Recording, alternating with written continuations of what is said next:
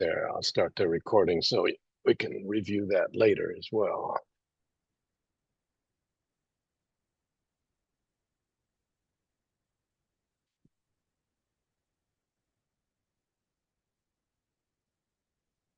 Okay, feel free to ask any questions as we go along here. We'll get started on medications part 2.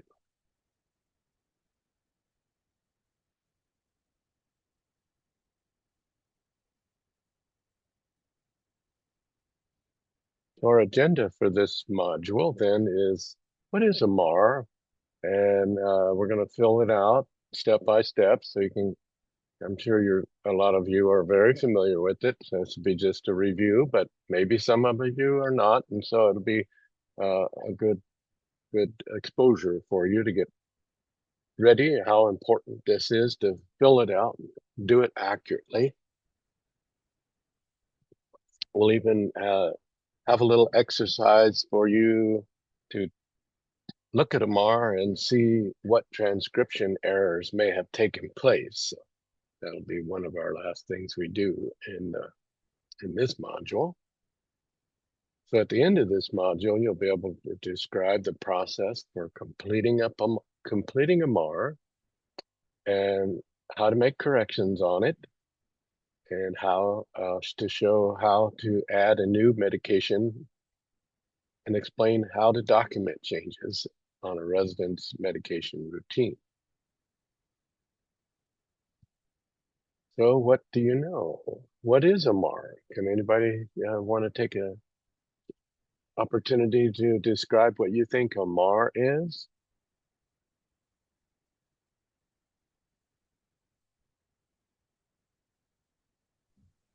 I can try. Sure, Simon. It's the abbreviation, medical administration record. This is where you record the medication that you give to the resident, the dosage, the time, as per ordered by the provider. Uh-huh, exactly. Yeah. And the state of Washington requires that you have a log, and a MAR satisfies that. What about question number 2? Would someone like to read that and tell us, can you say yes or no?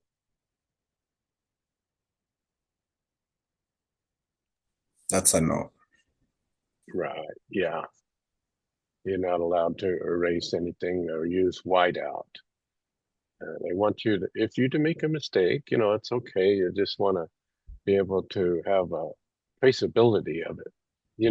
If we try to hide our mistakes, then we actually avoid making a good correction. So,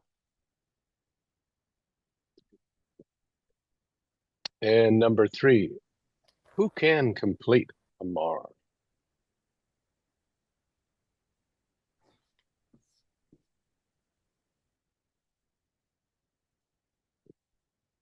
Don't be bashful this morning.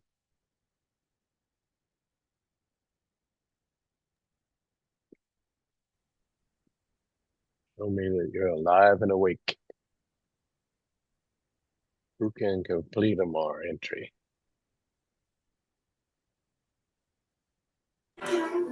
I'll answer that one. All right. So, any of the staff that's on that has seen an incident or done a procedure or administered any medications can complete the MAR. Yeah, yeah. And they of course would be someone who's qualified to do it. It can't be just anybody, but your Yeah, caregivers correct. would Any of the caregivers that are qualified for these tasks. absolutely. Yeah. Yeah. Very good. How many children do you have at your daycare?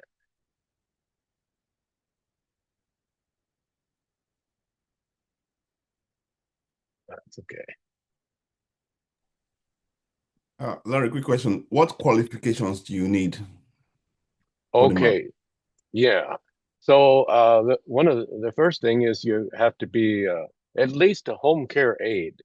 So you've have that license as a caregiver, and then also, in addition to that, if you're going to do medication administration, where you need nurse delegation, then you have to have that task delegated to you by a nurse, and you have to have that training to be able to receive nurse delegation. So that's pretty much it. So if you've taken the home care aide class, for sure you would have been exposed to, filling out a MAR, and uh, the nurse delegation part of it would have been, that training would have been provided to you there. So when you get hired, when you hire somebody, that then you have to have all that documentation in their record book showing that, yep, they're a home care aide, they have their certification, and they've been trained to do nurse delegation.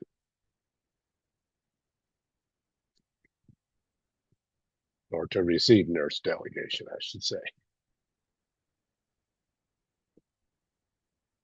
Okay.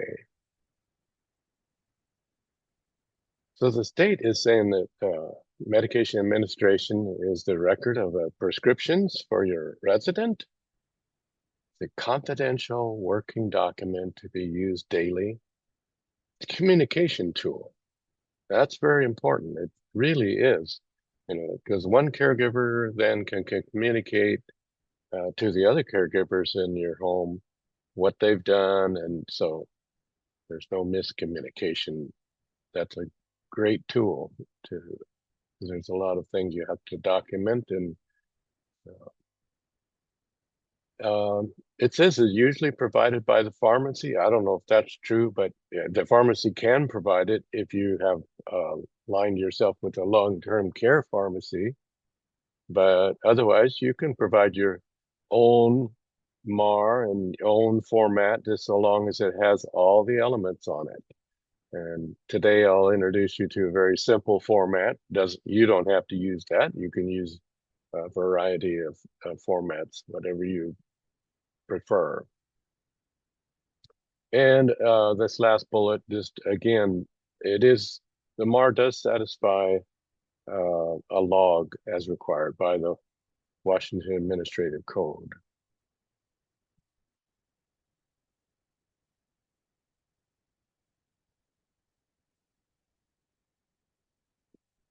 So what is documented on the MAR?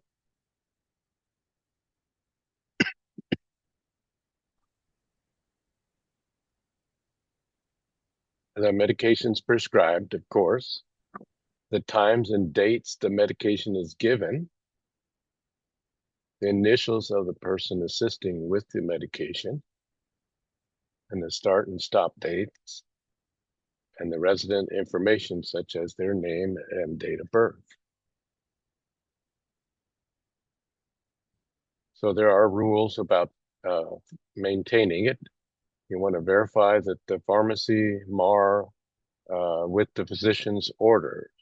So you're to keep a copy of the physician's order in your client's notebook. And so you want to be sure that the physician's order and the pharmacy agree with each other. That's your responsibility. And bottom line, you have to be sure you're the one that's responsible for all that. And so you never want to use whiteout or pencils or anything, or erasable pens or ditto marks, where ditto marks is where you write a sentence or a few words and then put the ditto marks underneath to repeat it. So they don't want you to do things like that on the MAR, in an adult family home at least. They want you to document PRN reasons, and PRN it's an abbreviation for as needed medications. So you have to document the reason why a medication was given as needed and what the results were. So was it effective? If somebody has a headache and they ask for acetaminophen, Tylenol or something, and you have a prescription that says to give it as needed for a headache, then you would document that you gave it for the reason, headache. And then after, say, a period of time, an hour or so, you would document the results down on the bottom of the MAR or on the back side. But did the headache go away or not? So when you have as needed medications, that's what you're supposed to do. And you also need to record any new medications, because ones are added all the time. Record any refusals. Somebody that doesn't want to take the medication, you have to deal with that. And bottom line, if they just flat out won't take it, then you would record that they refused the medication. Any missed medications, you must document that. Any hospital stays, or any discontinued orders, you want to document all of that. And each person documented on the MAR must record their name and initials. And never fill out the MAR until you have given the resident their medication. It's temptation sometimes to just go ahead and fill it out before you give it, so you don't have to come back. But that's not the rule that the DSHS would have you follow.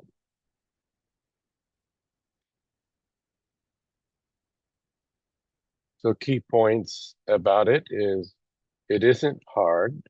It's just about all about details, and that's kind of challenging to most of us. We like detail and keeping accurate records and everything. So the MAR is a challenge for that. You want to develop a consistent process and realize that transcription errors can be fatal. So it's real serious. And if you're unsure about anything on the doctor's order or prescription labels, you need to ask and get it cleared up. Learn the medical abbreviations. And you will as you get into this if you're new at it. Become familiar with the abbreviations. We'll go over some in our examples that we're going to do. And always document after a resident has taken their medication.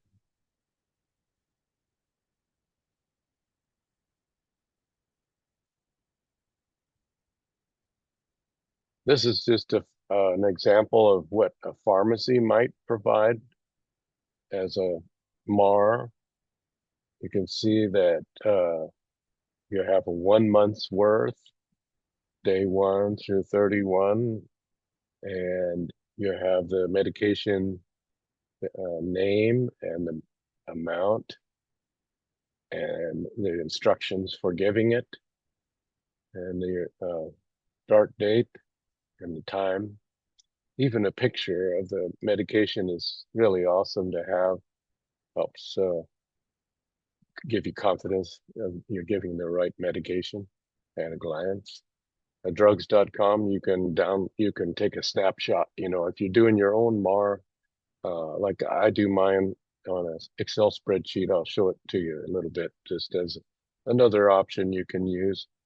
But I just copy the picture on drugs.com and put it in my MAR, so it's nice to see a picture of it there.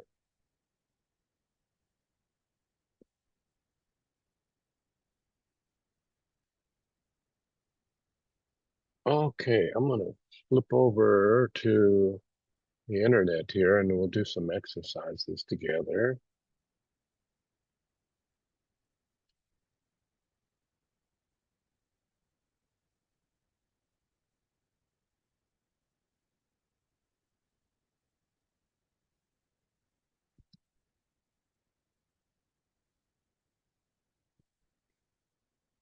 First, I'll just run you through the elements and the steps of filling out a MAR. Here we have a doctor's order here on the left side of your screen. And then we have a MAR over here on the right side of your screen. So here we have Joe Smith as the client. This order was written on January 3rd. That shows his birth date. And the medications that he was prescribed was Allegra, 60 milligrams. And the SIG is an abbreviation for the instructions of the medication. So it says give 1 tablet, PO, which means by mouth, BID, twice daily for allergic rhinitis. And they dispensed, DISP is abbreviation for dispensed, or the quantity that they gave you is 60. And the refill information is there. They also give you a second medication, Zithromax, 250 milligrams. And the instructions for that is 2 tabs, PO by mouth today, then 1 tablet by mouth daily. QD is daily. QID is 4 times a day, so don't get confused with that. Until gone for bronchitis there. And they dispensed only 6 of the Zithromax, so you want to pay attention to that. So what you would do then is take the medication description and fill it in the MAR over here, and the milligrams, the dosage, put that down on the MAR, and then continue to identify the instructions for that medication.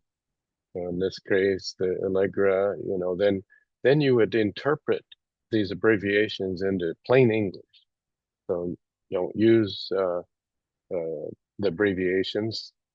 And one of your assignments will be to do just like this, take an order and write it out on a MAR, blank MAR. And so you will have the instructions will be to write it out in plain English, just like you see here. So now it says 1 tablet by mouth twice daily for the Allegra.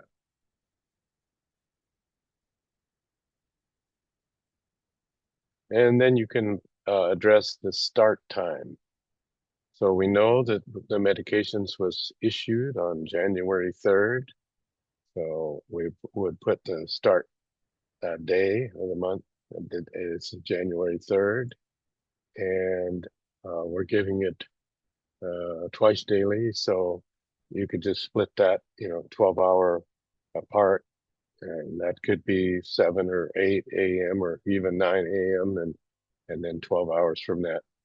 So in this case, they just put 7 a.m. and 7 p.m. Okay. And this is much like your assignment. So, pay attention, you'll get it right, because as simple as this can be, some of the best, they'll miss some of the detail, filling this out. So in this case, take note that we picked up the medication, I think, in the late afternoon.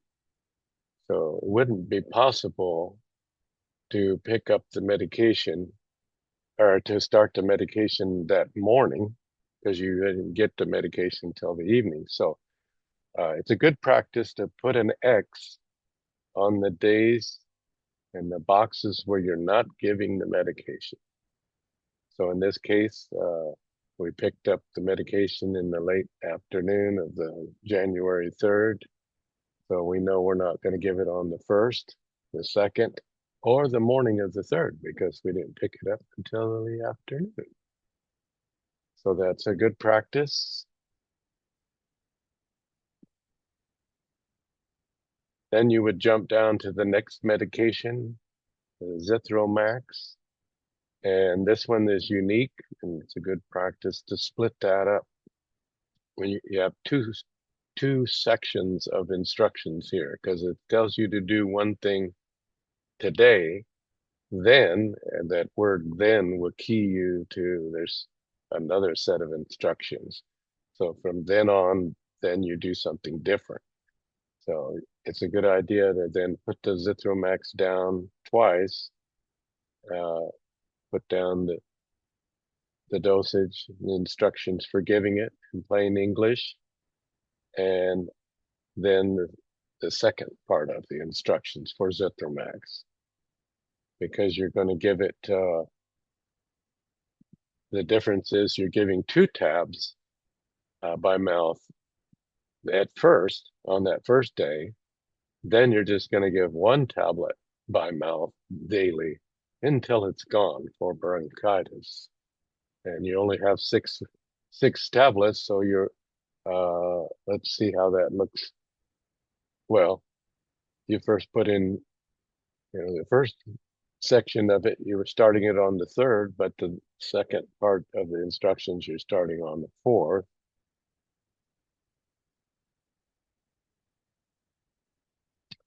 And your first day, you picked it up in the late afternoon.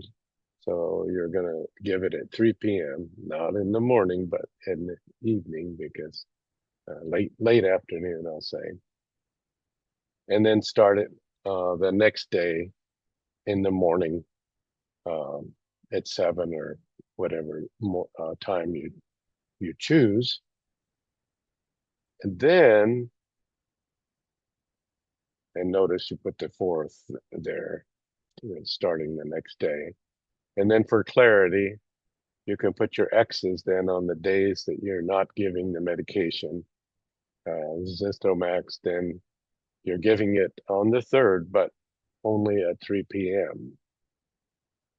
And then you're not giving the 2 tablets beyond that.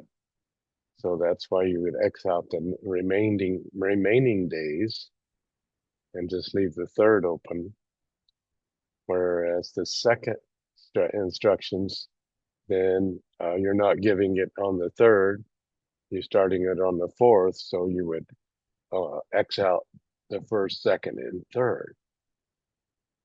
And then let's see if it can show us. Yeah.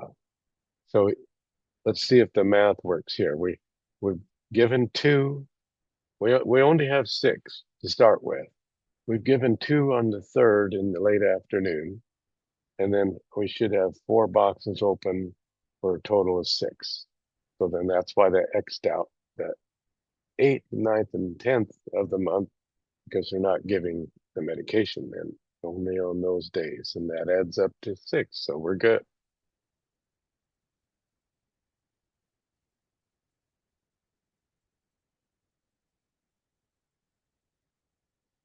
And then you could go one step further if you wanted to and label those last 4 days, day 1, 2, 3, 4, for extra clarity. So that's just stepping through, filling out an example. And this one's much like your assignment. So if you listened well, then you'll get a perfect score on the assignment.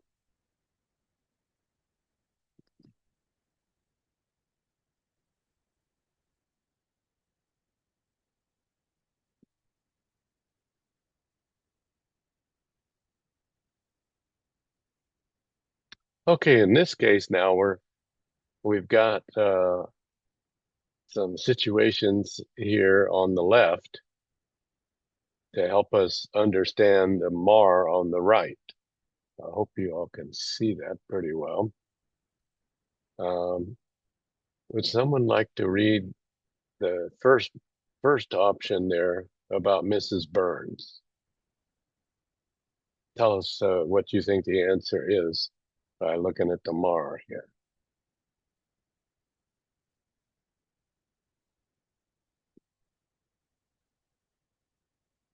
I Yeah, can actually, take one. It says Mrs. Burns MAR includes medication administered during what month?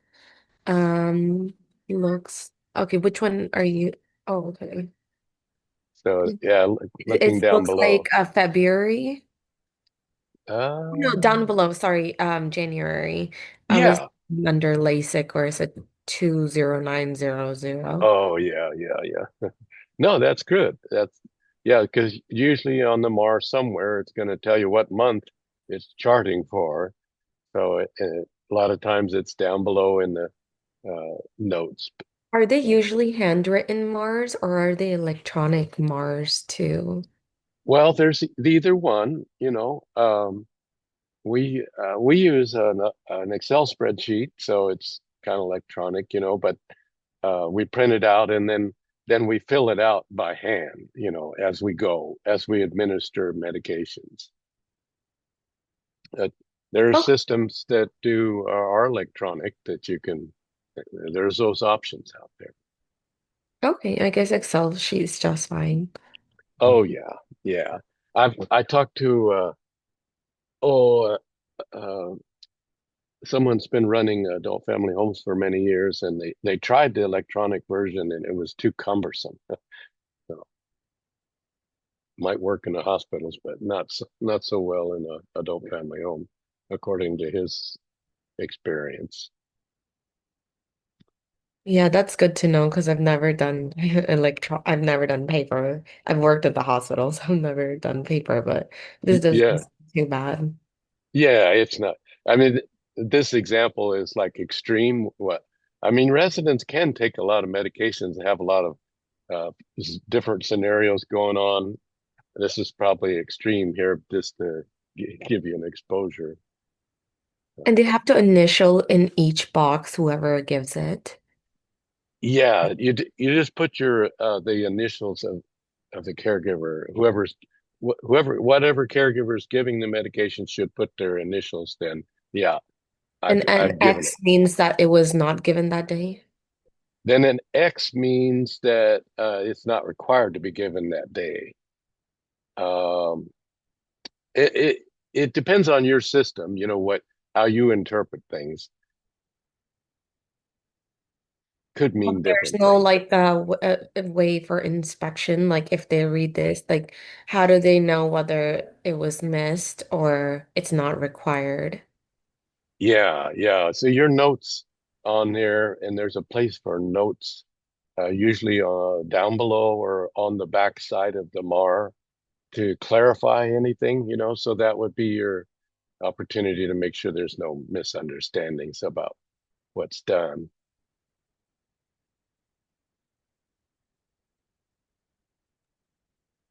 So, well, Hi, Larry. One quick question on oh, this. sure, yeah. Yeah, yeah. So I was just trying to understand the structure or the table. Is this the same across everybody's FAK, or is there any different format we have to follow? Let's see. Let me understand your question. Are you saying that is it a standard format or can you use different formats? Is that what you're asking? Right. Is there any standard for a MAR for this medication to fill in, or can I Yeah, come up with my way? yeah, you can use your own format of any kind you want, as long as it has all the elements on it. You have to have the name of the medication, the dosage, the description of how to give the medication, the the dates that it starts and ends, all of those things, and then the initials of the caregiver who gives the medication. But all this other, how you do it can be your own format, is what I'm trying to get at.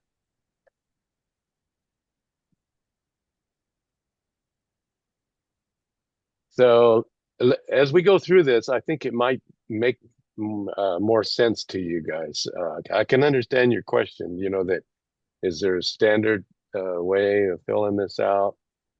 Um, you just have to have all the elements. It could be in different formats, um, and things could mean different things, on there. It's up to you to clarify them. Let's go to 2 and say, why did Mrs. Burns receive a dose of hydrocodone on the 3rd of January? So let's find hydrocodone. Here it is. And on the 3rd of January, it looks like the caregiver TK gave the medication, and it is as needed medication. So there should be documentation. That's one of the requirements. However you format this is up to you, but you're required to give the reason you gave the medication. So let's go down to the notes. And on the 3rd of January, we find hydrocodone, and TK should have put TK there. Gave the medication at 10 a.m. By mouth, and the reason he or she gave the medication was pain in the right leg. And then what was the result of it? So at 12 o'clock, it was a couple hours later, they recorded that it was effective, meaning the pain medication worked. It took the pain away. So see, you're required to document that somehow. And so, this is an example of how you could do that.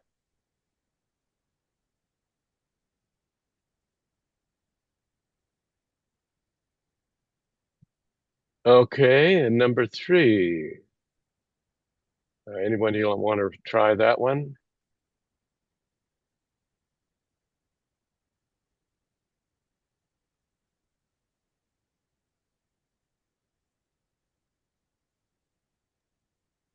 Sure, I can read it.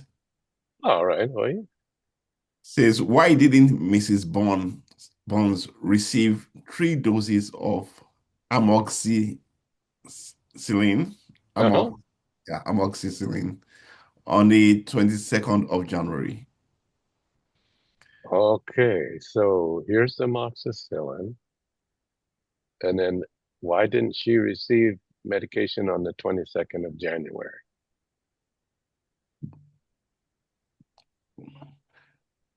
So basically it's for 10 days and it's starting on this one says this one says, February 3rd. Yeah. 20300. Am I not reading right? Yeah. I guess, let's see, did they tell us what year and all that? Oh yeah, we said this was for January of 2013. So what are those dates for? I'm not quite sure what that means there. That's a good, might be an error on the part of the training here. But looking here, you're correct. I mean, they started it on the 4th, Right. and then ended on the 14th or on the 13th. So they only were supposed to give it 10 days, and that's why she didn't receive it out here on the 22nd.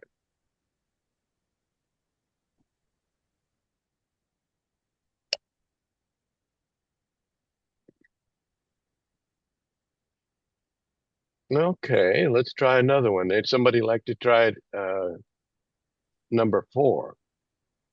I can take that. All right. Number 4 says, what times did Mrs. Burns receive 25 milligrams of Captotan on January 2nd? Okay, let's find Coumadin. Oh yeah, right here. Okay. No, that's Coumadin. Oh, I'm sorry. Here we go. That's, yeah. Down here. Here we go. See how easy it is to make an error, because they both start with a C. So I just grabbed the wrong one. Right. So Captotan 25 milligrams, take 1 tablet by mouth 3 times a day. So the answer would be, well, on the 2nd January, they received it at 8 a.m., 2 p.m., and 8 p.m. That's right. Yeah. Yeah. And who is this owner? Who is owner? Oh, this is TK. Okay. Oh, okay. All right. Just wanted to be sure. All right, and that's great. How about number 5? Why is What, Mr. Circle 7th of 7?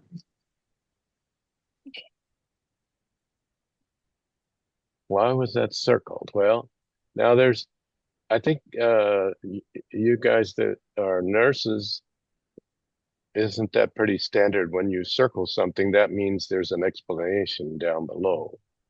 The So one time I offered to buy you coffee. let's see. So the one time I offered to buy you coffee. Let me just mute that. Okay, so the reason is down below. So let's go down and see here in the notes. Okay, Coumadin on January 7th. Okay. Why was there circled? Well, it's because it wasn't available. There was not the medication wasn't available. That was the explanation there. So whenever you see something circled, that is kind of like a standardized indication that there's a description, there's an explanation for something that why it was not given, or some other reason. Okay. Number 6. Well, anyone want to try that one?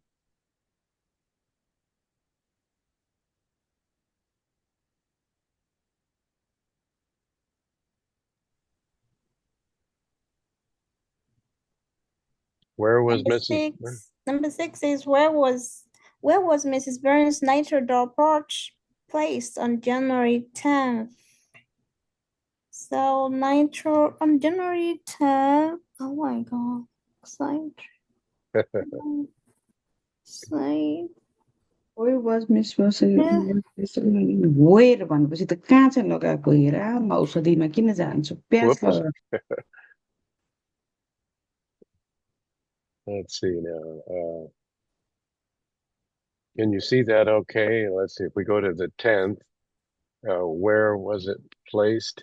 Where was Mrs. Burns placed? And the site is, well, they use an abbreviation LC, which we may or may not know what that means. So probably there's a legend down here in the notes. Oh yeah, LC. So there it is. Left side of the chest.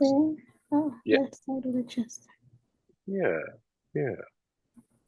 You can see how this is a really good communication tool because it's got an explanation for everything.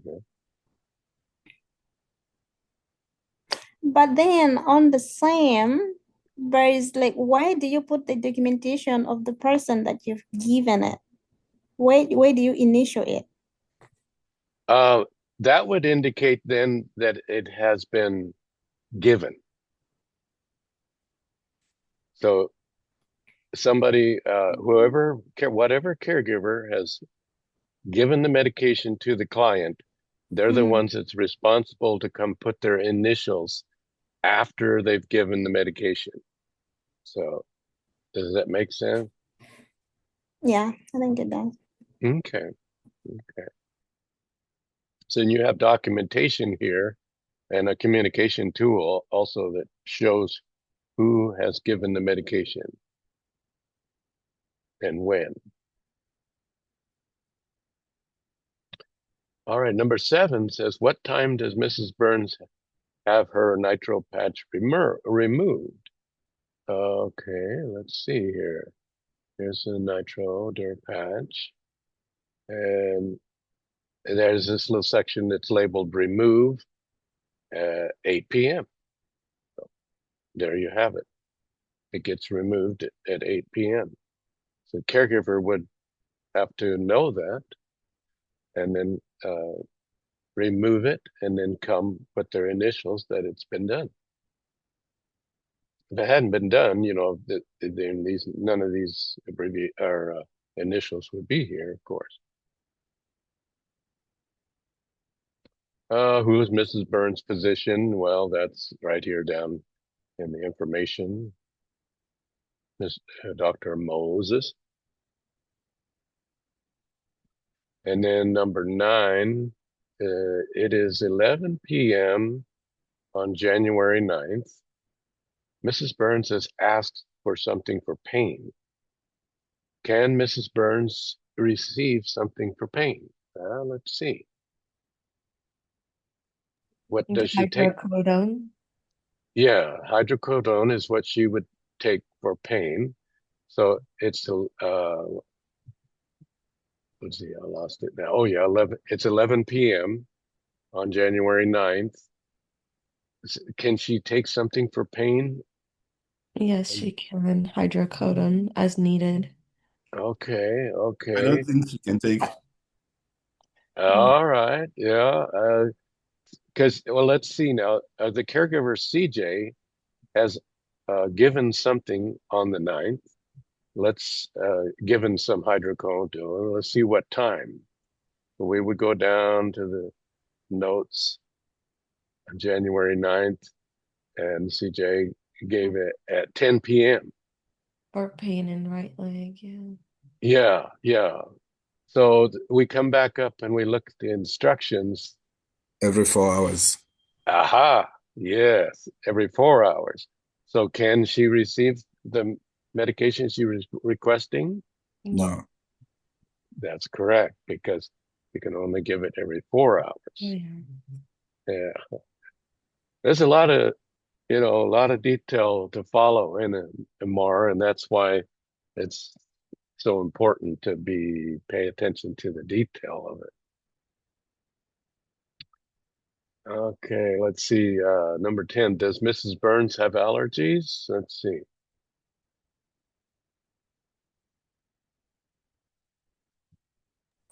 says NKA. I guess you would know that is no known allergies.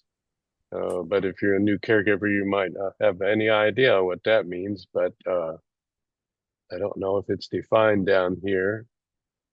But if you have new caregivers, then you might want to explain that down here.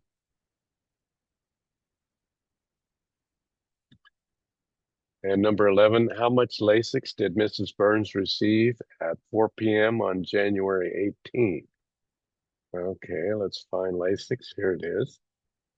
And January 18. How much Lasix did she receive on January 18 of the Lasix?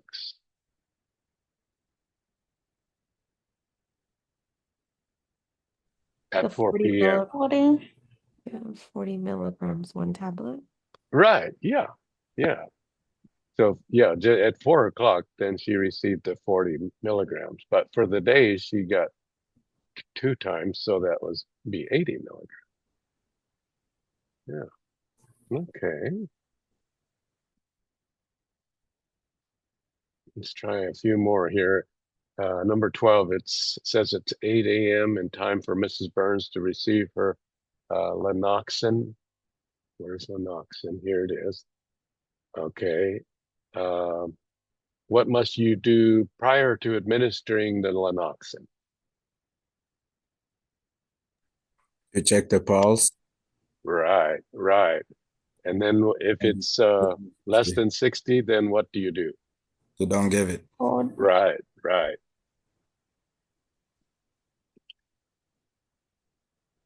This is a playbook. I think, yeah, it tells you what to do in every circumstance.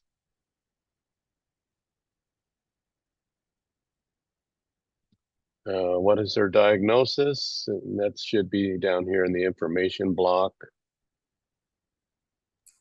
Congestive heart failure and hypertension. Right, right. Yep. Excellent. And then how many days was Mrs. Burns supposed to receive the amoxicillin? Okay. You probably remember that one. Is it 10 days? days. Right. Yep. Just 10 days. And then lastly, our last little scenario here, why is there a 0 in front of the decimal on Noxin? Let's see it right there. Because it's less than 1 milligram, it's 0.125. Right. Yes. That's a flag so that you don't misunderstand that was at a glance 125 milligrams. That would be a big mistake. Yeah. Mhm. Okay. Oh, that was kind of fun. Just, here's a MAR with so many variables in it, and you very much may have, this is just for one client, and if you have 6 clients with all of these variables, you can see where it's easy to make mistakes. So you have to be very, your caregivers, and you can use this material to train your caregivers, on the responsibility of being accurate in what they record, doing everything, the same.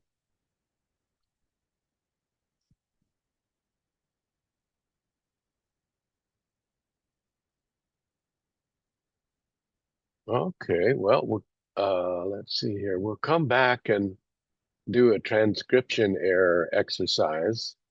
And why don't we go ahead and take our 10-minute break? I'm going to go up and feed the cats, and so I'll be back in a little bit here. I'll see you soon.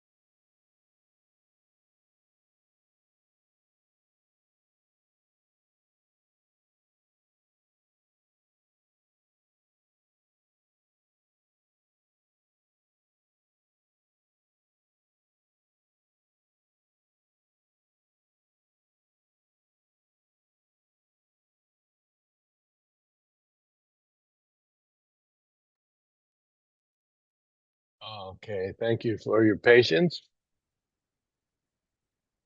I had to go feed the cats and make sure my wife had everything she needs because she's not feeling well.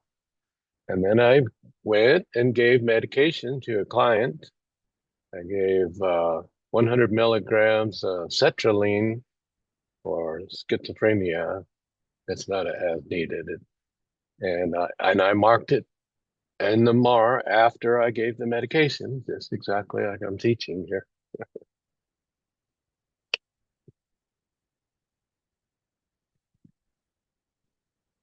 Okay. Just as a by the way, you gave sertraline for schizophrenia? Yeah, yeah. Oh, okay. Are you familiar with that? Yeah, I thought it was for depression. Yeah, there's Um, some kind of tie in there for that as well. mm,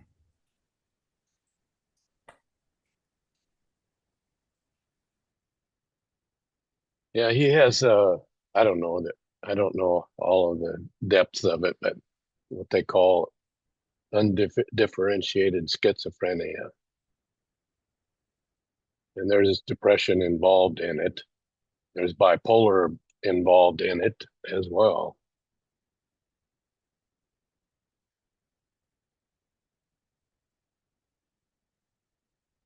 Okay, I wanted to show you let's see,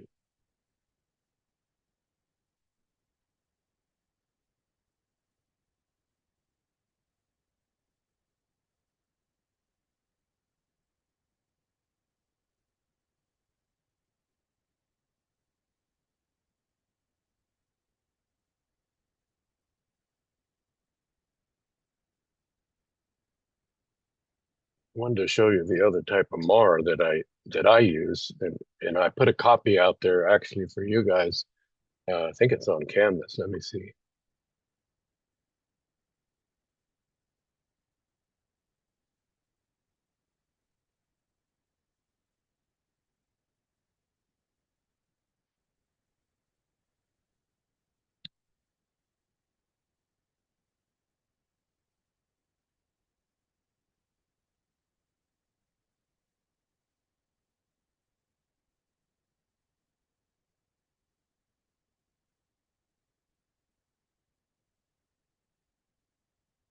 Maybe not.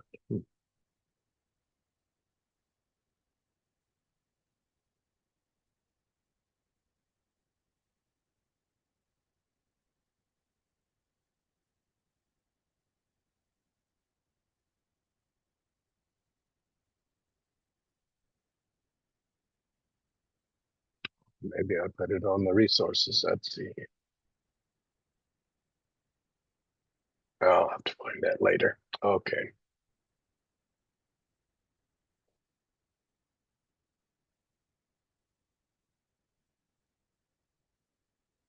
Okay.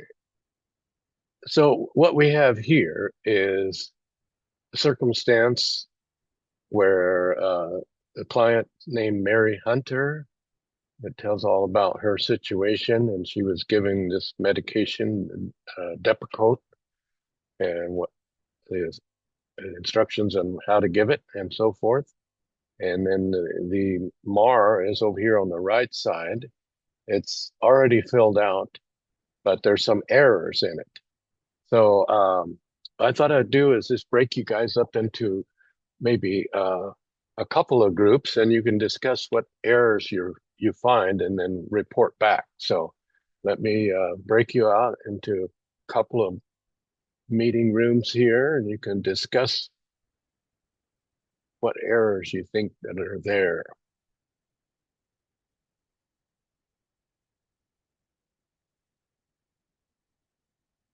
Maybe 3 rooms.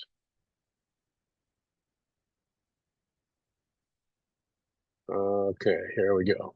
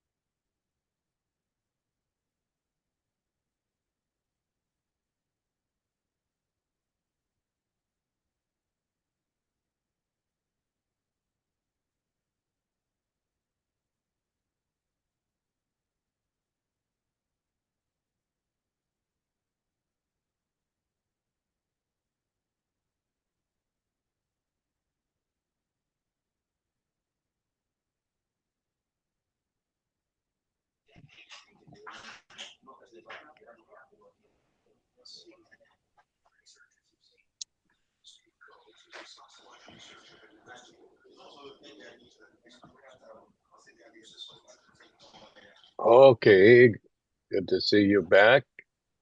How did you do? You find some errors there in the transcription errors in that MAR? Found a bunch, I think. Yeah. What's one maybe you found? One of them is that on the Depakote is supposed to be 2 capsules for the second part by mouth twice daily for the second week, and it only says 1 capsule. Okay, very good. How about someone else? Did you find something transcribed incorrectly? Yeah, for the first one, right, it's meant to be BID, that is twice a day, right? And we're giving it just once a day, like 7 a.m. It just shows them giving it at 7 a.m., not at 8 p.m. Oh, yeah. Yeah. Excellent. Also, the medication was I think on the 3rd. Oh, okay, it was on the 2nd. All right, so never mind. It was on the 2nd, not the 3rd. Okay, okay. But they were also giving, it was meant to be for a week. For 1 week starting tonight. And if you were starting tonight on the 2nd, so they didn't give it, well, it didn't even show that they were giving it at any time at the night. That was one. And also it was given for I think 8, 1, 2, 3, 4, 5, 6, 7, 8, which is more than a week. Yeah. Okay. Good. Anything else?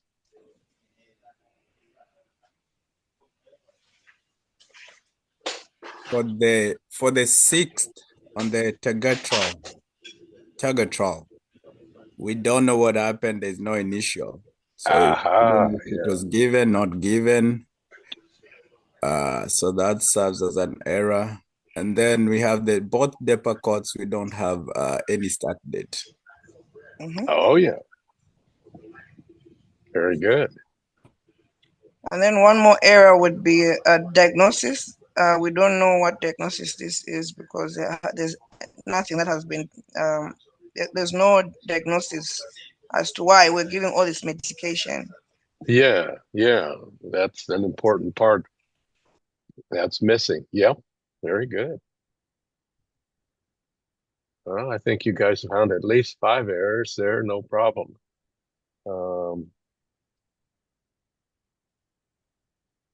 Yeah, I think in your student manual it has an explanation, either that or it's in the appendix, that explanation of exactly what should have been here, and I think you called them all out.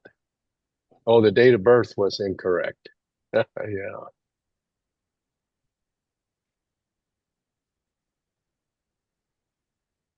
Yeah, because you never know when the DSHS is going to come in and do an inspection, and that's what they love to do is they spend a lot of time on the MAR, the documentation.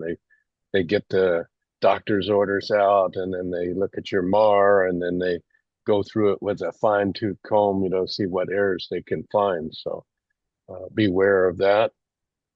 And also, I mean, you want to keep it up to date in the event of an emergency. Your client has to go to the hospital or something. You want to give them accurate information. So having all of your MAR up to date and accurate is going to give them what they need. Emergency personnel. Okay, okay. Oh, here.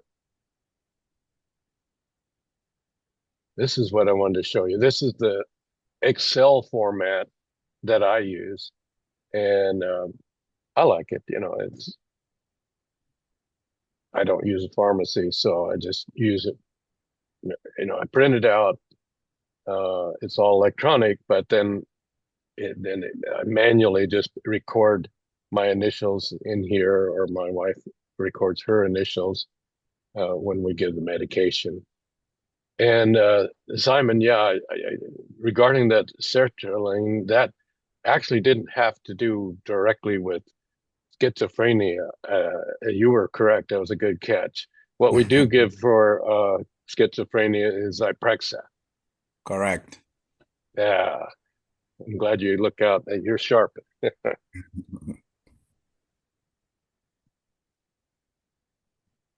Okay.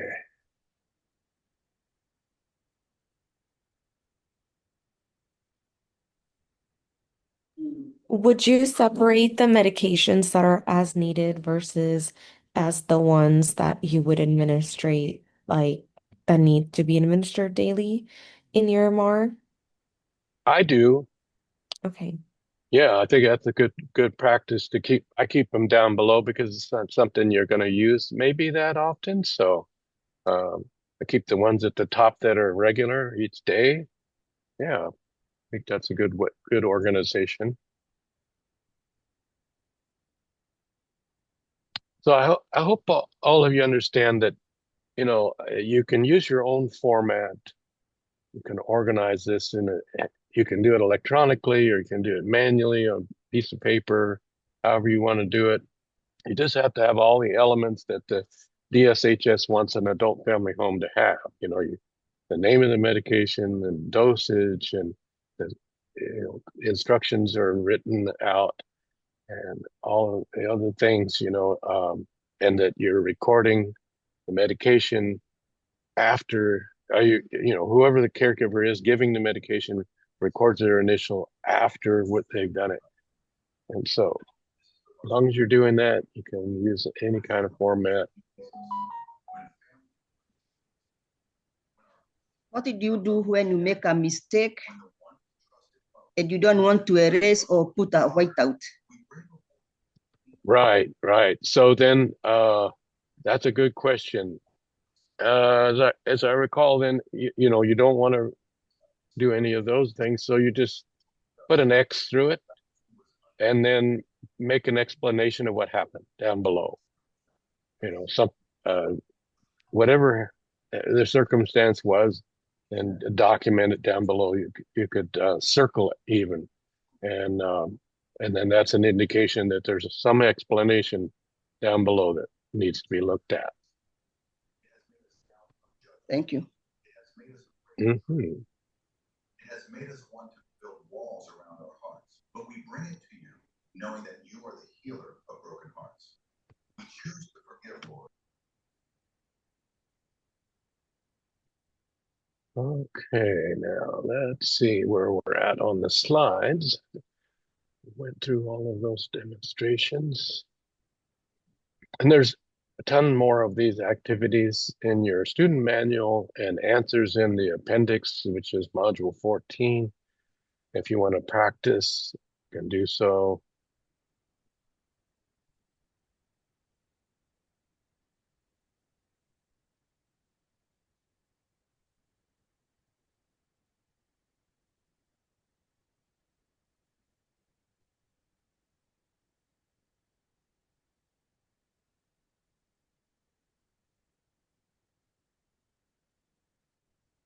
Okay. So during this module, you learn how to read and understand the different parts of a MAR, the correct way to make a change or correction on a MAR, and the steps involved to add a new medication, and how to document changes to a resident's medication routine. So who would like to try question number 1?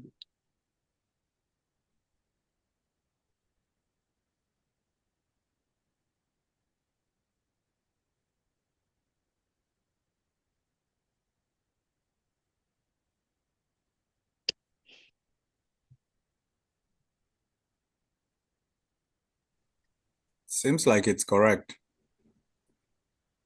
You're right. The MAR is the record of prescriptions that have been ordered for your residents. That's absolutely true.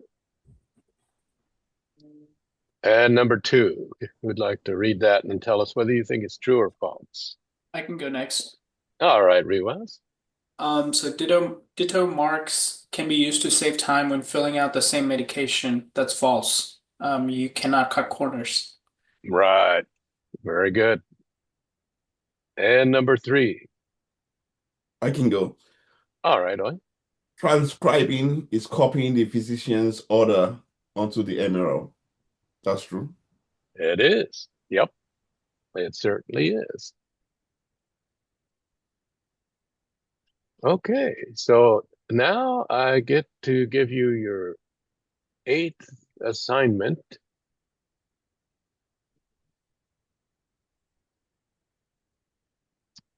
And we'll flip over here to Canvas so we can just go through it together real quickly.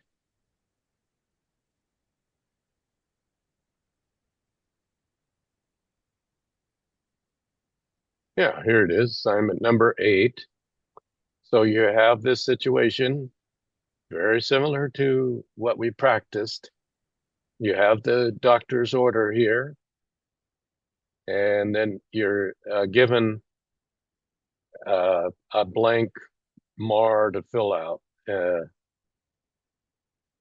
When you download it, you'll see it. It's a blank MAR that, like what we've been using, and then fill it out according to what you know. Reading this paragraph about Rose Smith, and based on the doctor's order there, and then turn that in, and I'll grade it. So that's an important one. So be careful when you do that one. All right, that'll be fun. Okay, then we'll go on to the next module here. Activities and nutrition for residents.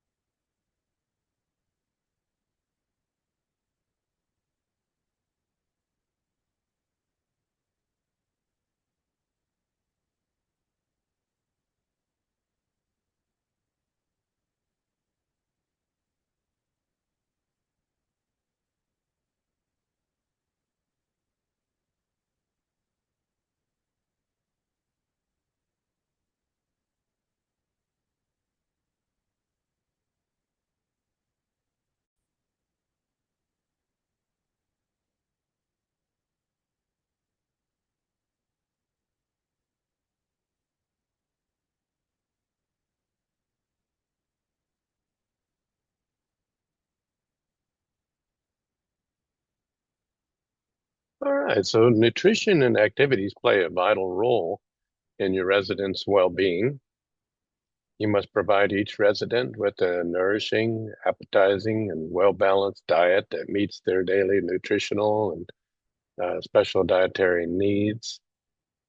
Additionally, you must consistently consider the food preferences of each resident. Activities for long-term care residents depend on the physical mobility and mental acuity of each resident. Keeping residents active helps them retain their physical and mental capabilities. And encouraging residents to help them plan activities that they will enjoy is also a good practice.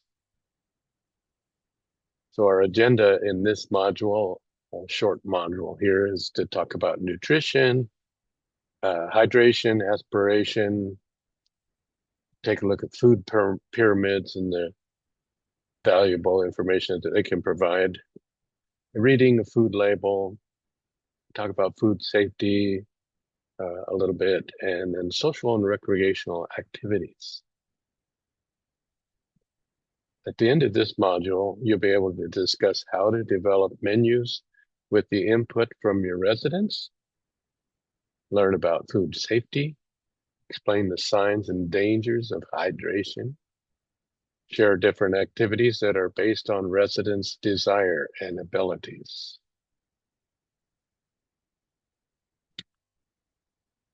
So in this case, we don't have a, the first question is list one thing to take in consideration when planning a menu.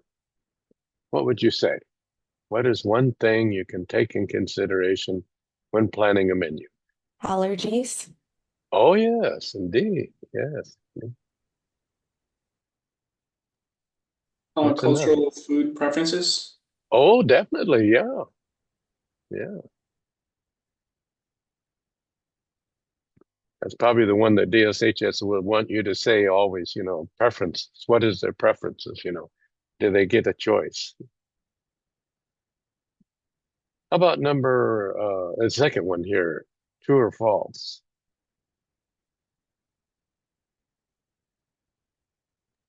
True. For aspiration risk, sometimes you have to give like thickened liquids or like pureed diet.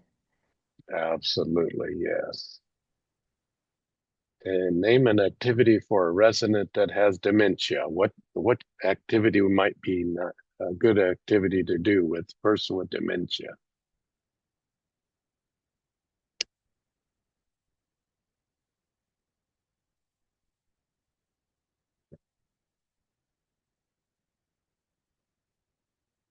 Can you think of anyone? What seems to work? Some of you caregivers out there, what works with someone with dementia.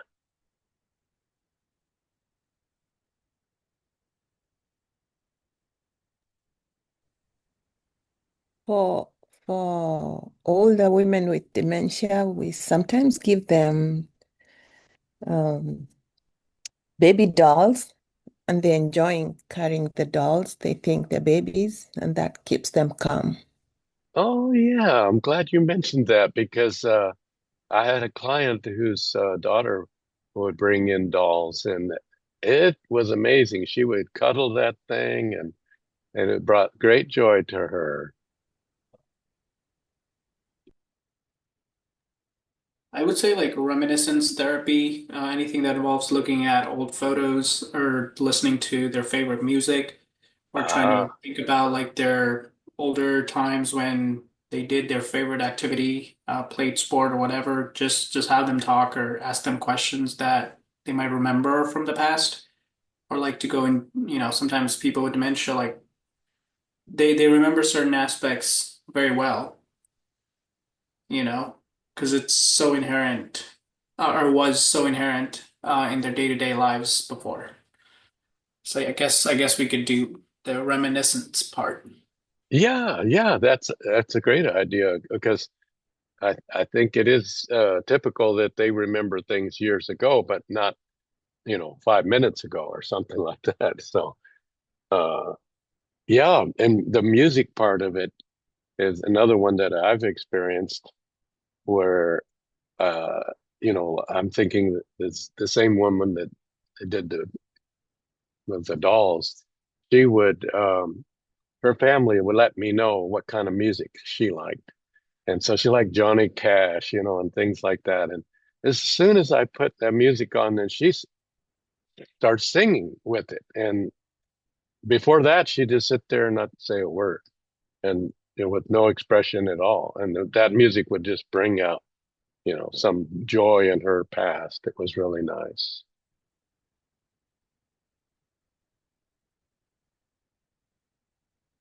And another one, that you probably are aware of is you can take a set of towels, and put them down on the table and ask if they would help, and they usually just dive right into it.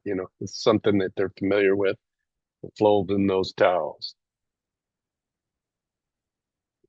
Good ideas.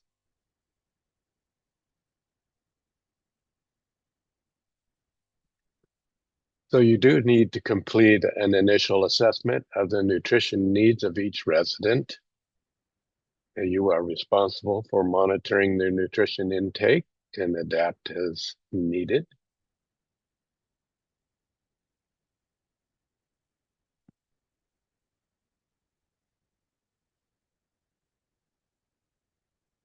have to be sure that they get sufficient food, 3 meals a day, and snacks.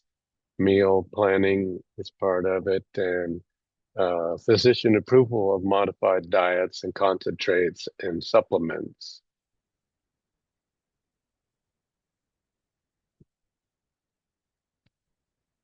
You want to watch for weight loss. Conditions that impact weight are on page 3 of your student manual. And then just to name a few, if they have an acute infection or anxiety, some kind of thing going on there, or they're starting to lose their sight, there's a whole list of things that might cause unintended weight loss.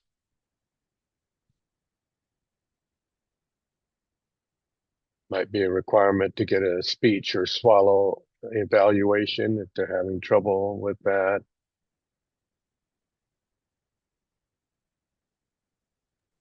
And weight gain too, right? With people Oh with yeah, intakes and like sodium and yeah, that's for sure. Yeah, that's a good point to bring out because you could, you know, um, we try to encourage our residents to eat really healthy for their benefit, as much as possible. I know I've had clients they like the sweets. That'd probably be me, because I love sweets, but they can't just eat sweets all the time. You got to encourage them. Otherwise, you have a lot of problems, with the bowel and everything else. So we we try to encourage, eating oatmeal and things like that for breakfast, and plenty of liquid and all. And thinking about that, you have to watch for signs of dehydration. If they're not getting enough hydration, then there's signs of that. If a resident starts drinking less than 6 cups of fluid per day, or they start needing help drinking or swallowing. If you notice a dark urine, that's an indication. And if a resident experiences an increased number of falls and recurring infections, if you notice the skin is dry and scaly to touch, or the resident's mouth is dry, or you notice cracked lips, these are all signs of hydration, dehydration, I should say. Physician's order, you want to follow physician's orders, to the T. It's crucial that you follow specific food consistency requirements and get a swallowing evaluation if need be, and document all that in a negotiated care plan.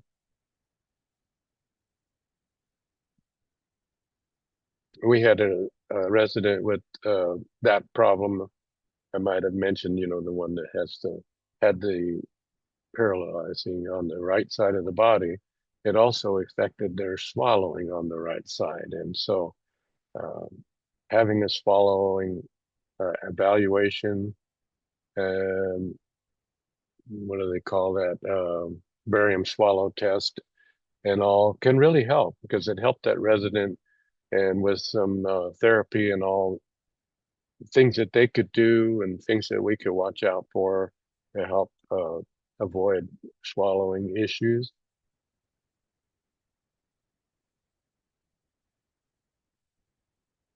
If they do have issues, aspiration occurs when a foreign object like fluids or food are inhaled into the lungs by accident. Residents that have had a stroke, or they have severe dental problems, or their glands are not producing saliva, as well as before. All these things can add to a problem with aspiration and other diseases and things, cancer of the esophagus, acid reflux. Some people don't have any symptoms at all, and symptoms can occur right away or over time. just call the resident's doctor if you think that they have aspirated. Symptoms could include feeling that food is stuck in their throat, or pain when swallowing, trouble starting a swallow, coughing, chest discomfort. I know we had a resident was 95 years old from Croatia, and he was an interesting man. He spoke 5 languages, and he was a NASA engineer. But he got pneumonia, and we had no idea. He aspirated, obviously, some way. There was no symptoms, maybe because he was older, there just wasn't any indication till suddenly, we knew, oh, we got to get him to the ER.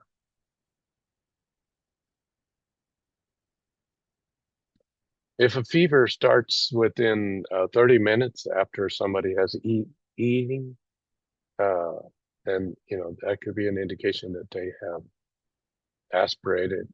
If they have too much saliva, you see going on, they're feeling congested, or after eating or drinking, they have a wet sounding voice, or having shortness of breath. Of course, repeated episodes of pneumonia. And the ways to prevent aspiration, of course, is make sure the resident's sitting up when they eat, avoid distractions, eat and drink slowly. If you have someone that's bound to their bed and they need to be fed in bed, you have to make sure that they get that bed elevated at a good degree so that it doesn't cause a problem there, swallowing.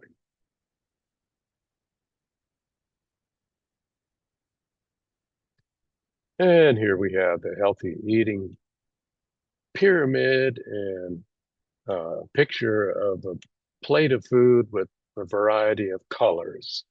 So if you see a question on the quiz or the final that says, you should eat the rainbow, it's indicating that, yes, you should eat a variety of colors, indicating that you're getting for vegetables, fruits, whole grains, and protein,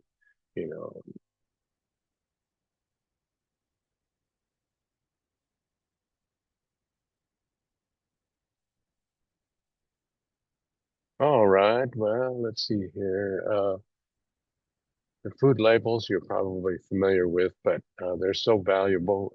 Be able to understand, exactly what is in a serving of food.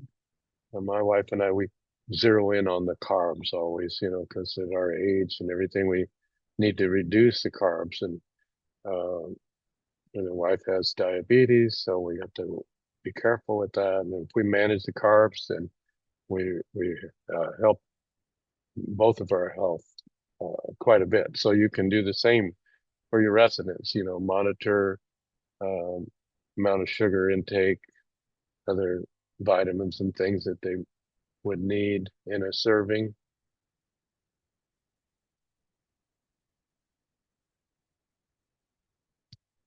There's a few videos that they want us to watch, but yeah, let's take a look at those real quick before the break.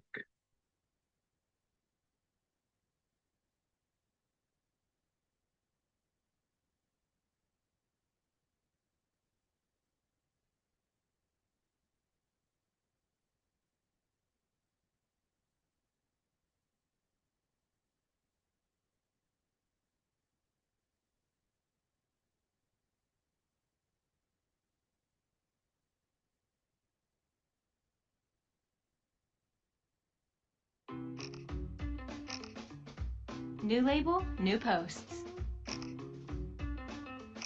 You're getting my good side, right? Yep, pretty bold. And don't miss the other important changes. Oh, I got them. With these updates and additions, people are definitely going to start following me.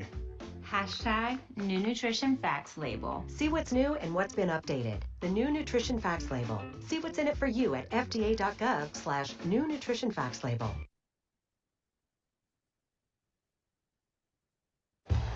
These updates to the percent daily value for nutrients are definitely on trend? Absolutely.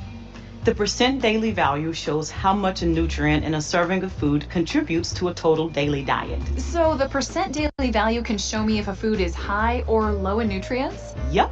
Just remember, 5% or less of the daily value for a nutrient is considered low, and 20% or more of the daily value is considered high. This is going to fly off the shelves. See what's new and what's been updated. The new Nutrition Facts label. See One more. That large bold font for serving size brought down the house. Talk about making a statement. Did you know that serving sizes are not a recommendation of how much to eat? They are actually based on the amount people typically eat and drink today. I didn't know that. Tell me more. All of this info is usually based on one serving. Pay attention to the new bold serving size. Then ask yourself, how many servings am I actually eating or drinking? See what's new and what's been updated. The new Nutrition Facts label. All right, dear students, go ahead and take a 10-minute break. I'll see you back here shortly.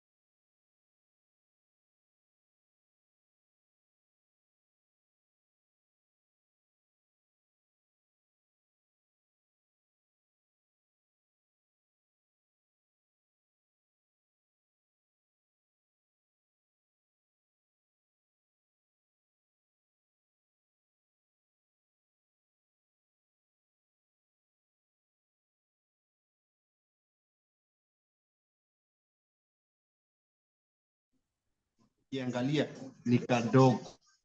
Nataka kufanya kubwa na kama kuna iko screen yote.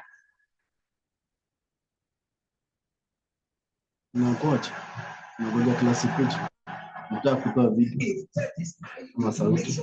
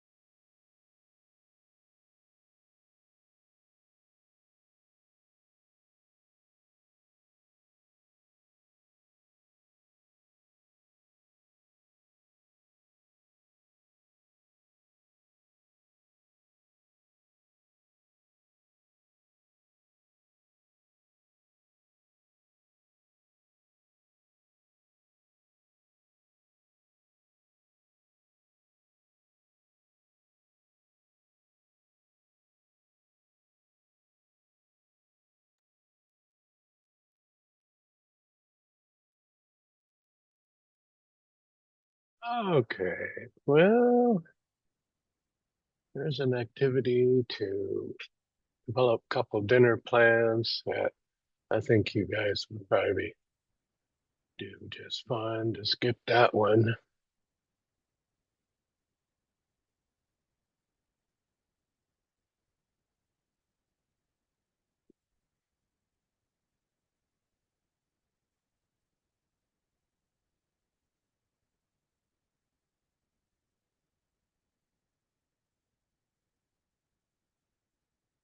One of the concerns, one of the things you have to have done is have a food handler's permit. And I may have mentioned that to you already as part of your application. You have to show that certificate.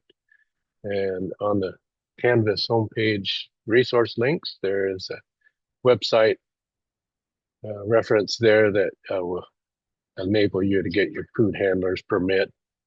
And that covers all this food safety. But basically, keep things clean, wash your food, your hands, your counters, and cooking tools. Keep things separate and keep raw meat and poultry, seafood, and eggs away from other foods. Be sure and everything's cooked thoroughly.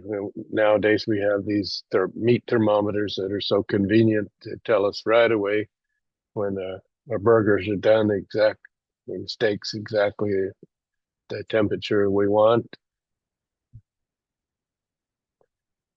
And then we have the chill rule, a 2-hour rule. That food should be put in the refrigerator or freezer within 2 hours of having cooked it or buying it from the store. There's some activities that you can look into there regarding that on page 10 of your student manual. Now talking about social and recreational activities. In your student manual, there's plenty of suggestions there.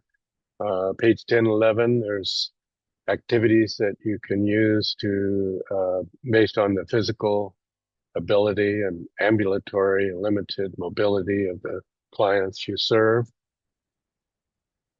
Page 12 and 14 through 14, there's some activities you could consider for residents with memory impairment. We talked about that a little bit already. And on page 14, there is activities calendar that you can take a look at. In fact, I think it might even show us. Yeah, here it is, the next slide. An example, if you want to have something on the refrigerator or on the board, you know, first people to look forward to certain activities in your home for the week, and you can do that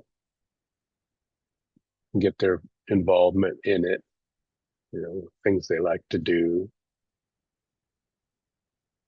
So we're summarizing, finished with this module. I know it's a quick one. Just we learned how to develop menus with the input of residents about healthy eating and food safety, the signs and dangers of hydration, and different activities that are based on the residents' desire and abilities. So here's some test your knowledge questions. Who would like to try question number 1?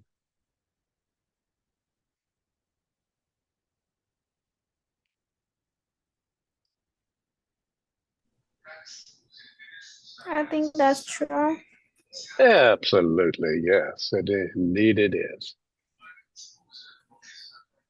And how about number 2? Who'd like to try that one? It's true or false? That's true as well. It is, and it's so rewarding, you know, to take a resident who the family thinks is going to expire any day, and then you get them and you start feeding them well and getting them on a good routine, a little exercise here and there, and then they start coming alive again. It's pretty rewarding. And then question number 3, is that true or false?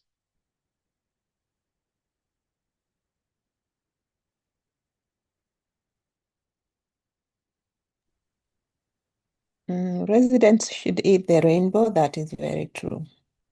Yep. Indicating that they're getting a good variety of nutritious meal. Yeah.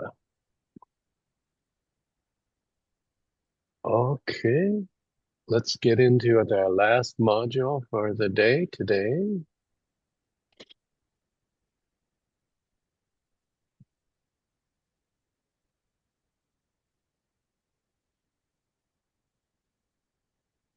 We're going to take a look now at what's the day going to be like on the day of your initial inspection.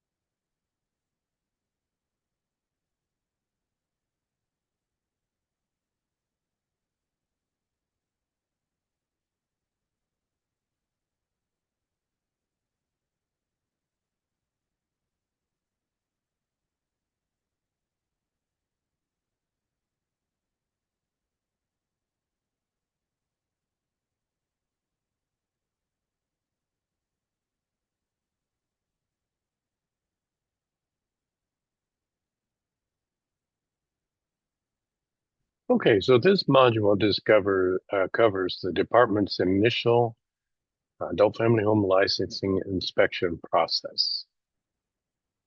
Initial inspections are done before the home is licensed. The physical structure is reviewed along with all the items on the checklist that we reviewed in Module 6.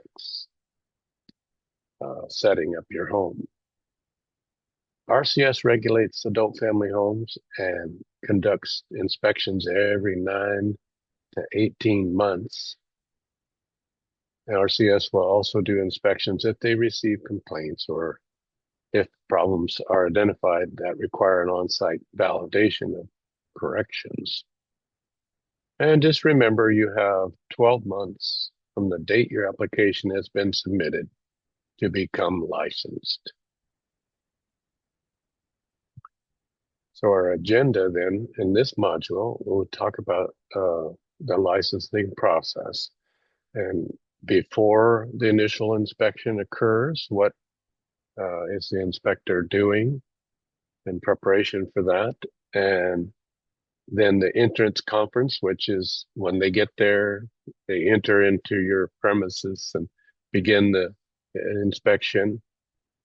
And then what are they actually doing during the inspection, licensing inspection? And when it's all over, then when they're getting ready to leave, what's that going to be like? What are they going to tell you? How are they going to review their inspection with you? And we'll talk about if there's any follow-up inspection required, and we'll talk a little bit about the change of ownership process there.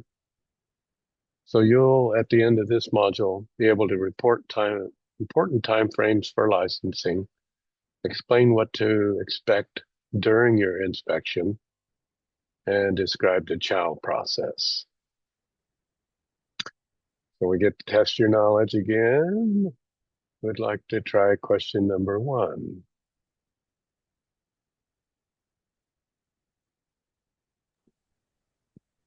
Once you submit your application, the licensor can show up at any time to do your inspection. That is false. The first inspection, they give you the date they're coming. Very good. A lot of students get tricked on that one, but you didn't. That's good. And number 2, go ahead. The line sensor will only look at the areas the residents will reside. I think that is false. They look at everything. Yes, that's correct. They look at everything. They're going to look, like our house here, we have a daylight basement down below. We don't use it for clients whatsoever, except for storing some supplies and things. And, but they want to come down here and look, see what's going on, and so they have that right to look at it. And outside, especially, they're going to look all around outside, for any safety hazards. Number 3, we'd like to try that one. Doing a change of ownership, you're required to review the negotiated care plan and update if necessary and get new signatures on the plan. That's true. It is, yes. Mm-hmm. You're required to review the assessment and the negotiated care plan, make any changes to the plan of care if needed, and review the plan with the resident and obtain new signatures.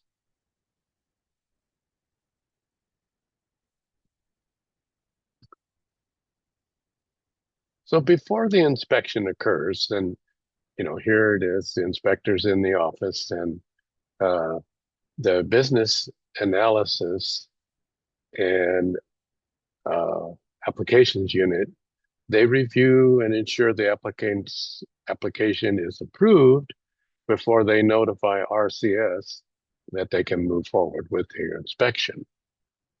And as you answered correctly, this is the only inspection that will be planned. All others will be unannounced. You will be called to go over your application.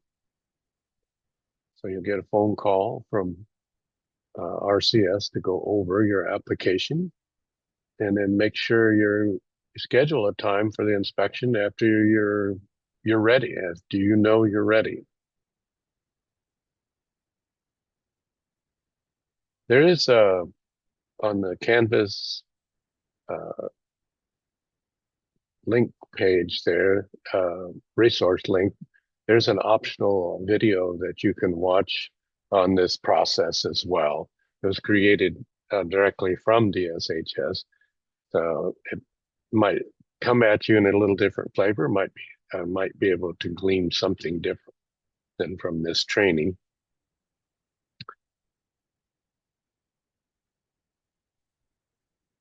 So then, let me see here.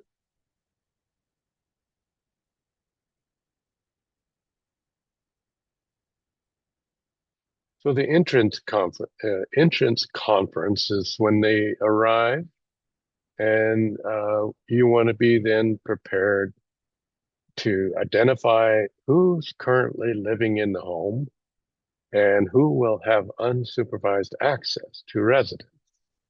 So here they are, they're at the front door, they're identifying themselves, and they begin observations right away. And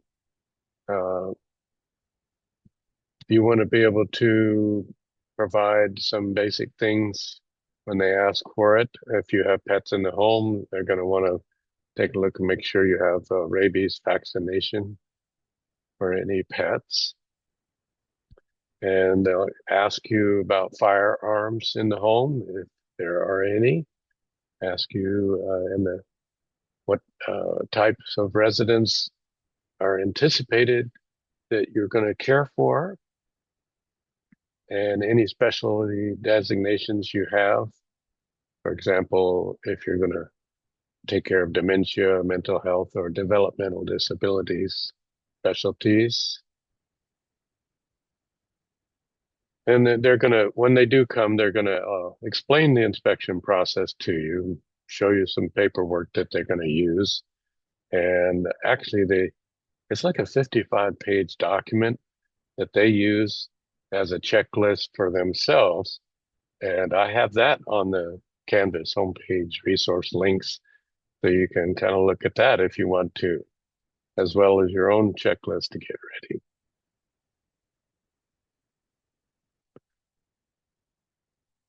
So yeah, you want to be prepared to answer any questions about your home, any questions.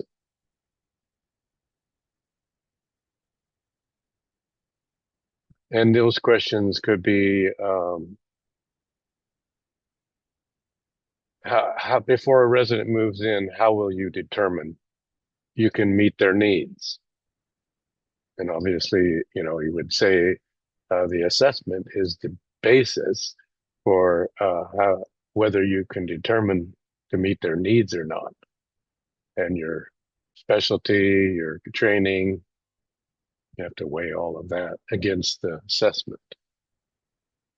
And how they might ask you, how are you going to staff your home? In our case, it was just my wife and I, so we just said, we're the caregivers, we're the providers and the caregivers. But if you're going to have staff, then you want to explain what kind of staffing plan you plan to have.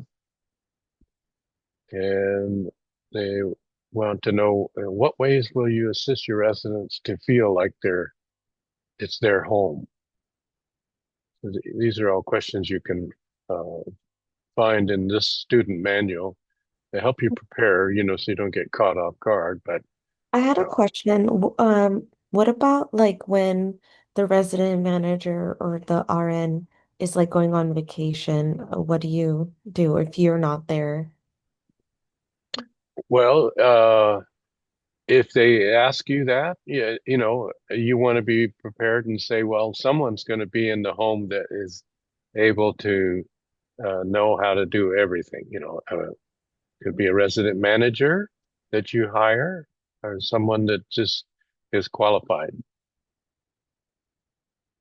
Does that answer your question, you think? Yes, that does.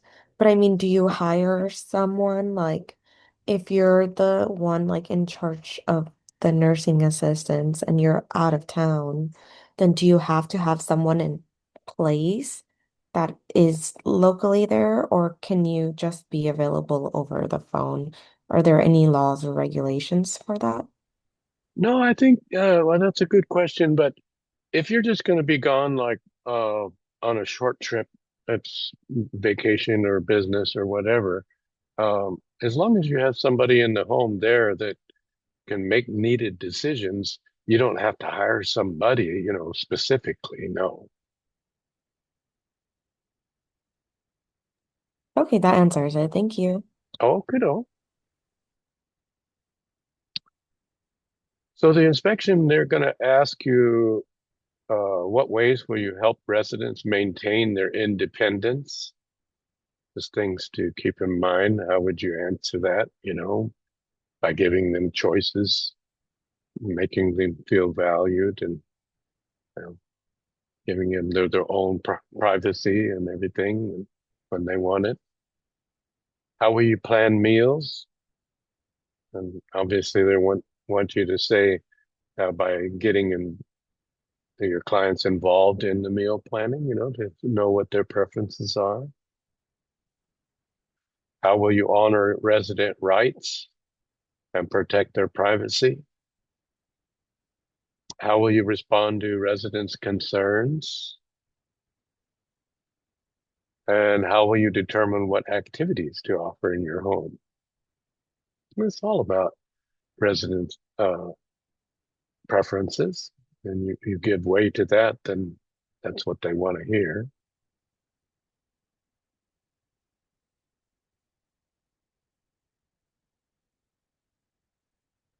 So you want to plan to spend the entire day with the licensor. It's not going to be a quick, you know, 1 or 2 hour visit. It's going to be the better part of a day.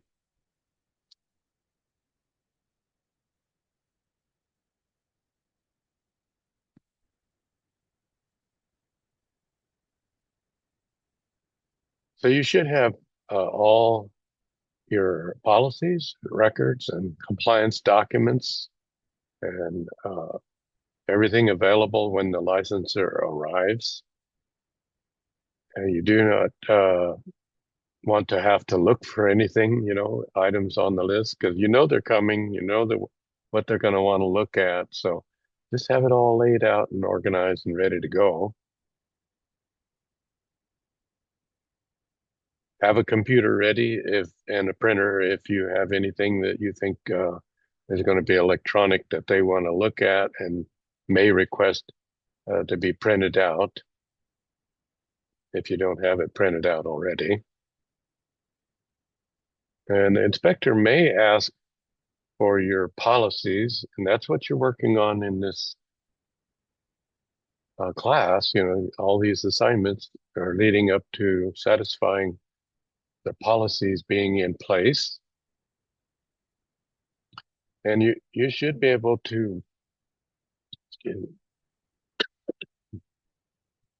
should be able to talk about your policies, you know, be familiar with your policies.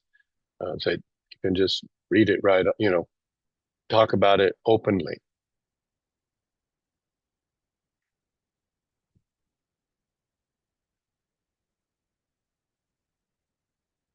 Your home obviously should be clean and in good repair. Have a handyman available, maybe lined up in case there's any minor repairs if needed.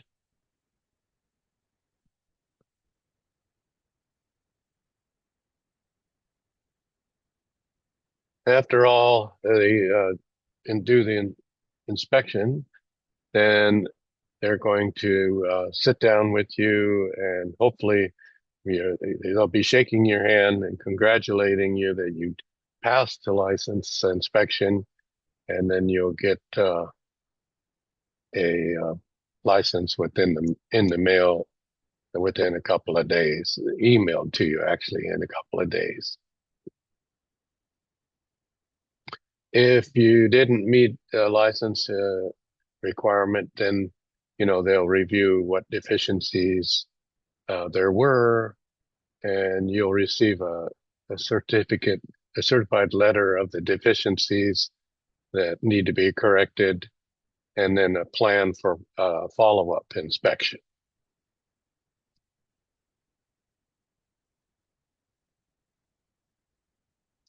But if you followed your checklist, you know, very carefully, then you should pass the first time. That's the goal. They do have a limit, you know, on what they like to come out 3 times.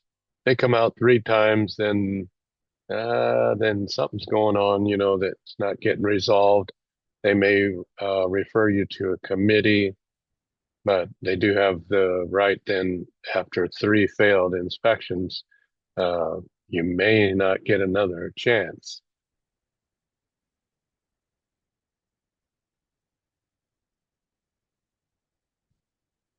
And in order to get, past that problem, then you would have to go to an RCS committee, and they get involved. The committee gets involved to see what's going on and evaluate your situation.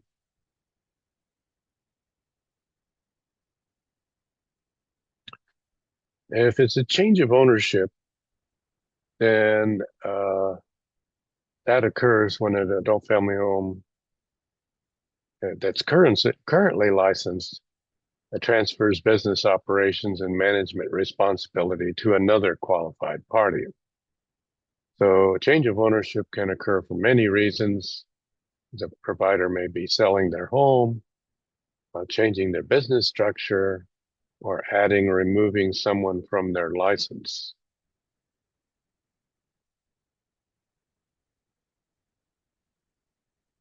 So preparing for a change of ownership, then an applicant must review all assessments for residents in the home and to ensure that they can meet their needs. Negotiated care plans need to be reviewed, updated, and rewritten, and new signatures acquired. You need to create your own admission agreement and or ensure that they can understand the current one and will apply to their home and obtain new signatures. Any business name changes and all would need to be updated on all documents.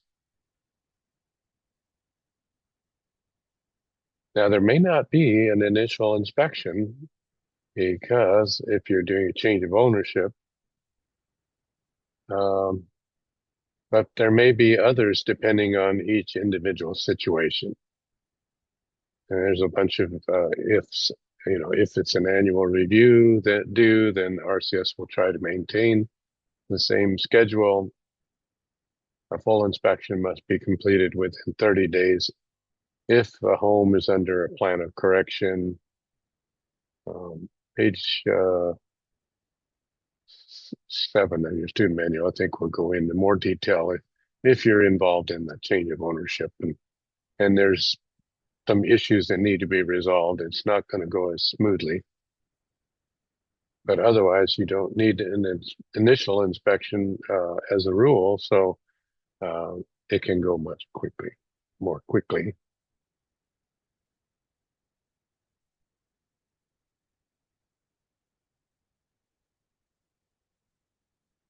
Okay, now we're wrapping this module up already. That's a quick one, just to do a little bit of a flyby.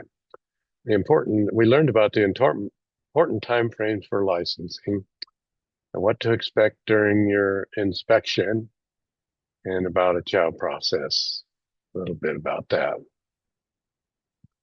So who'd like to try question number 1 here?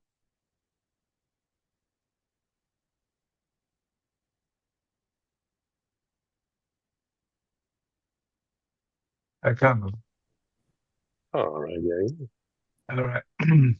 First one.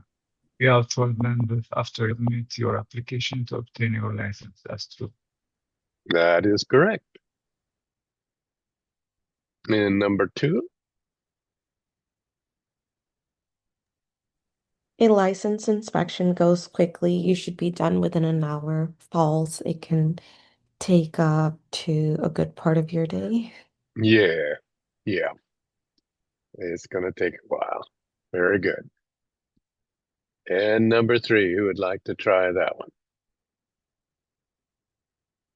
That might be a little tricky, but give it a shot.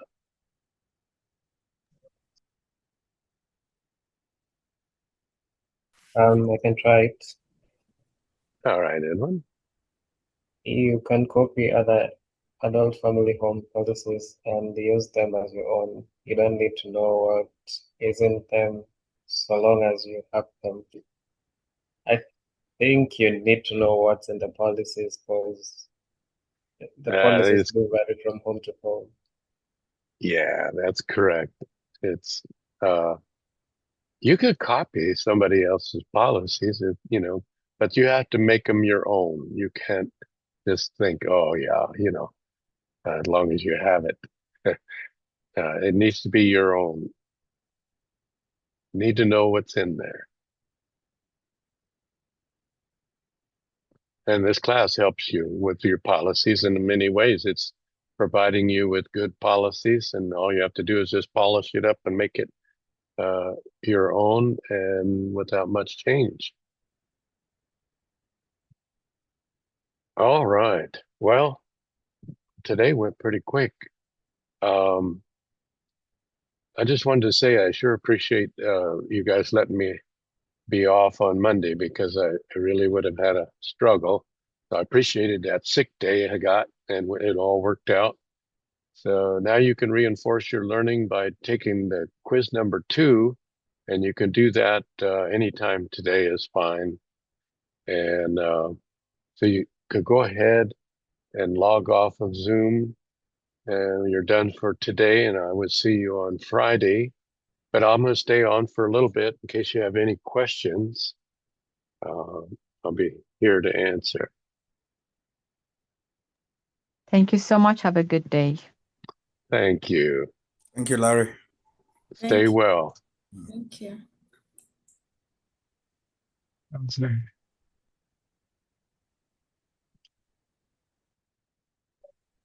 Hi, Larry. I actually had a question. Oh, sure. Yeah, I hope you're doing well. Yeah, I'm just still recovering from the surgery, just kind of bed rest. But I was trying to look at the private pay homework assignment. I mean, I'm behind on all of them. I'm gonna try to get some done today. No worries. Are we only required to do the first 2 pages? I kind of started doing a lot more. Oh, yeah. No, actually, just the first 2 pages for assignment 2.1. It's just to get you familiar with that legal document. And do you have And a completed version so I can look at it and eventually just see like what would be good to put in there and then I can make that into my own? well, you know, that's a good request. I don't have one that's completed, but what's happening here with these assignments is actually all of those assignments, or most all of them, make up that admission agreement. So we're just kind of breaking that up into sections, you know, Okay. because it has the, you know, the resident rights. There's a section in there for that. Then, you know, what you're going to charge, and that relates to the disclosure of charges, that assignment. And so it's all kind of pieced together, and all of the other assignments make that up in a complete form. But I understand your request would be nice to just see one that was complete. Unfortunately, I only have my own, and it's so old. I don't think it would be a good one to follow. Oh, okay. Okay. I guess maybe if we complete our own, you can look at it and see if you think it's good or not. Oh, sure. Yeah. You know, like I said, all these assignments added together most of them make up that admission agreement. It'll all become one eventually. Okay. Yeah, Okay, good to know. I'll just work on them and then I'll submit them as I can. that's no problem. Don't Thank worry. you. Thank you. Hmm. Yeah, hello, Larry. This is Oye. Yeah, Oye. So for the student manual, is this something that we should all have by now? I know I was witnessed for this course, so I don't have it. Is it something that I should have, or? Well, I think the college gave you an option to request a hard copy if you wanted it. Otherwise, you can just download it from Canvas here in a PDF format. And let me show you just in case you may have missed that. If I go back to Canvas and on the home page,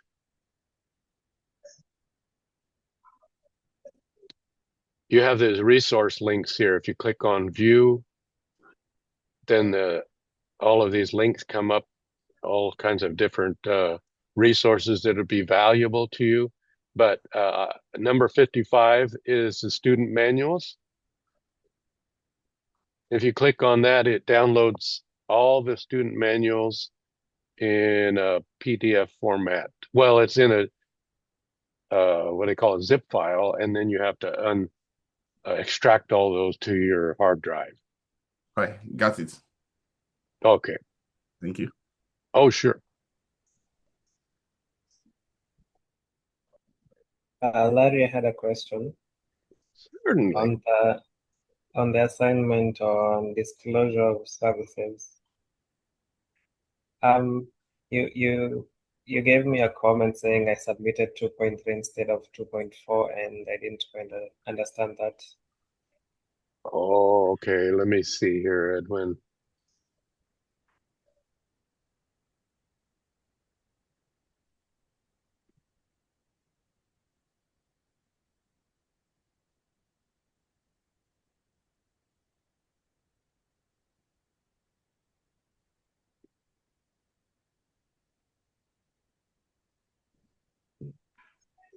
You just passed my name. It's on the top. It's hard to see way up here. Yeah. There we go. Okay, if I click on you there, and we'll look here on grades.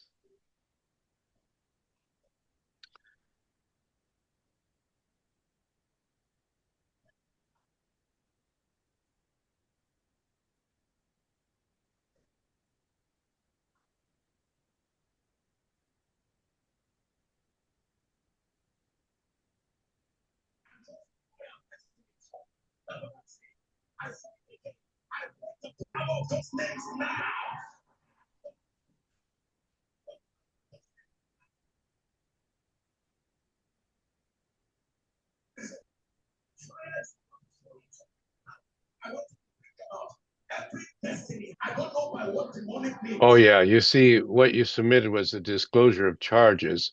It should have been the disclosure of services. Okay. Maybe. Yeah, I see that now. Okay. Yeah. Yeah. Thank you. Oh, no problem.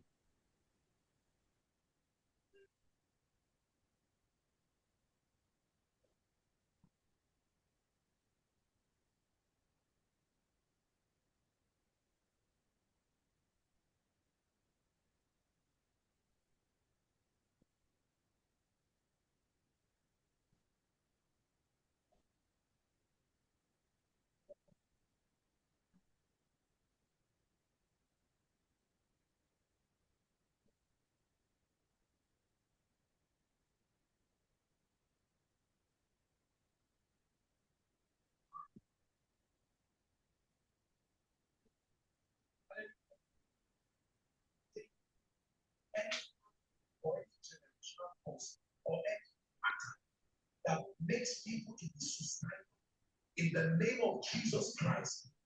Whether it is in your life or your family, inherited or outsourced through ignorance, this night, this moment, right now, you are delivered now. Every spirit that says keep yourself is of the devil. Every spirit that says go to the river and fall down, enter a well, take knife, take God, kill yourself, swallow whatever kind of drug abuse, and do that is just for people who are poor, people who are downcast, intelligent people, educated people, victims of this spirit. Father, there is a grace of favor. You have helped me, you have made me to become an expression of your favor, that it is true you can pick a man and place that grace upon him. My Bible says, and Jesus increased in wisdom, stature, favor, God help me in the name of Jesus. From the abundance of that which God has given, I stretch my hands on this day towards many who can see from tonight. And that grace evidently.